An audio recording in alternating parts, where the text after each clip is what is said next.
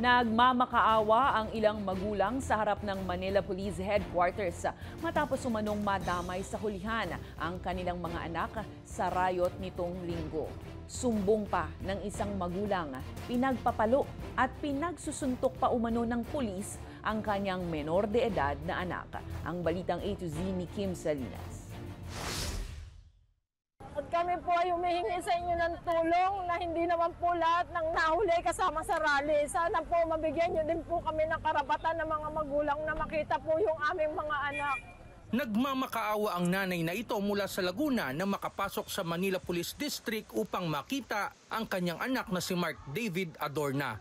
Ayon sa kanya, huling nakatawag si Mark linggo ng gabi pero hindi na nakauwi sa bahay. Bawal daw po Wala pong makausap ng mga pulis, wala pong information na wala silang master list ng mga lahat ng nahuli, wala silang ipakita. Nag-aalala na ang buong pamilya kabilang ang asawa at 2 anak ni Mark. Nakilala umano si Mark sa video ng kaguluhan sa Divisoria kung saan namimili lamang siya ng paninda at nagfi-Facebook live pa ng mga pangyayari. Matindi naman ang hinanakit ng isa pang magulang sa sinapit ng kanyang minor de edad na anak. Walang kalaban-laban anak ko, hindi man lang kumampay ng suntok yung anak ko eh. Sinasalag lang ng anak ko yung ulo niya para doon sa palo nila eh. Ipinakita ng ama sa balitang A to Z ang video kung paano umano pinukpok, kinaladkad at sinuntok ng pulis ang kanyang 17 anyos na anak. Ayon sa ama, nagpaalam lamang ang kanyang anak para pumunta sa birthday ng kaklase sa Maynila. Hanggang ngayon, wala pa rin po balita kung ano nangyari, kung okay ba siya. Napakabait na anak ko. Ang ano pa nga niya, pag siya na-graduate, magkikriminology pa. Tapos ganyan ginawa ng mga kapulisan.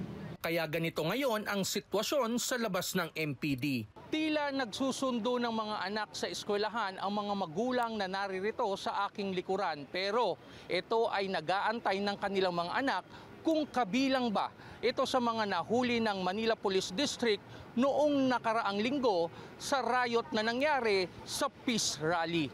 Iginiit ng NUPL o National Union of People's Lawyers na nalabag umano ang mga karapatan ng mga hinuli. Deny sila citing various reasons. Pero wala tayong pakialam sa mga rason na yun kasi maliwanag po sinasabi ng batas. Dapat magkaroon ng access ang mga naaresto. Ayon pa kay Atty. Taule, may mga accounts na yung minor, inutusan yung kapwa minor na nasaktan yung isa't isa para walang hand ang pulis. Grabe ho, kahahalimaw ang gawain na ito. Nagsagawa ng maikling programa ang ilang grupo sa labas ng MPD para kondinahin ang naturang detention. Itinanggi naman ng Manila Police District ang mga paratang. Naintindihan natin yung mga magulang at yung damdamin ng mga magulang. Ang sa atin dito, may proseso tayo. Hayaan muna nating gumulong. May mga pumupunta roon na representative ng human rights. Meron tayong mga pulis din na naka-assign doon para bantayan sila. Pinibigyan din sila ng mga medical attention. Una nang iginiit ng Philippine National Police na nasa maayos na kalagayan ang mga naaresto at walang nilabag na batas ang mga kagawad ng pulisya. Para sa Balitang A to Z, Kim Salinas.